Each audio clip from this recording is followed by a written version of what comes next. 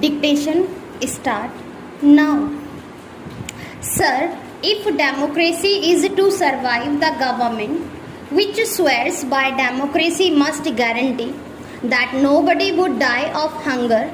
If this is not guaranteed and if this hope is not kindled in the hearts of millions of our people, our democracy would be meaningless.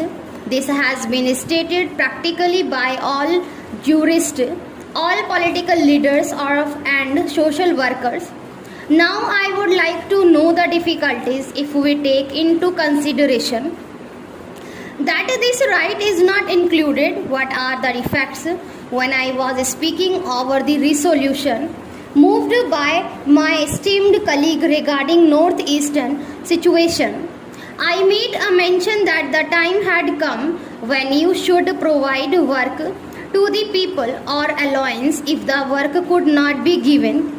At that time, the Honorable Minister had said that was a matter which concerned the Law Ministry. Therefore, I would like invite the attention of the Law Minister again on this particular point.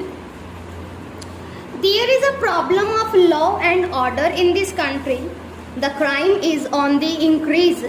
There is a dissatisfaction everywhere. There is unrest amongst the students.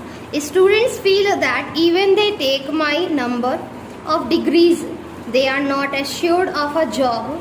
We all know that with 90% marks, they do not get even admission in medical colleges, in engineering colleges. Even after getting MBBS and BE degree, we are seeing what is happening in Delhi. Questions are being raised in this particular house.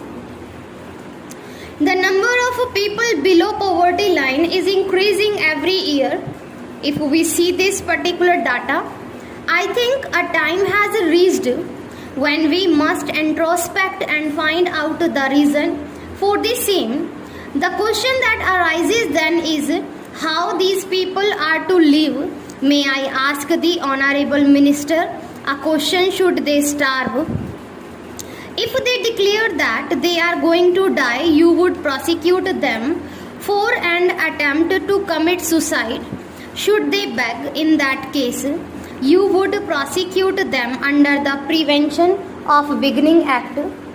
Should they steal? If they do so, you would prosecute them under IPC. What should they do? How should they live? Therefore, it is in this background that we have to consider this matter very seriously, 380, and we have to decide as to whether the time has come to think seriously about this particular matter. During all these years, enough lip sympathy has been tendered by all of us. Without any exception, I believe that time has come when we must go beyond this lip sympathy and we must give something in the shape of concrete proposals so that the government and the parliament can tell the downtrodden and unemployed and affected people that the Parliament of India really means business and that it does not believe in giving only lip sympathy.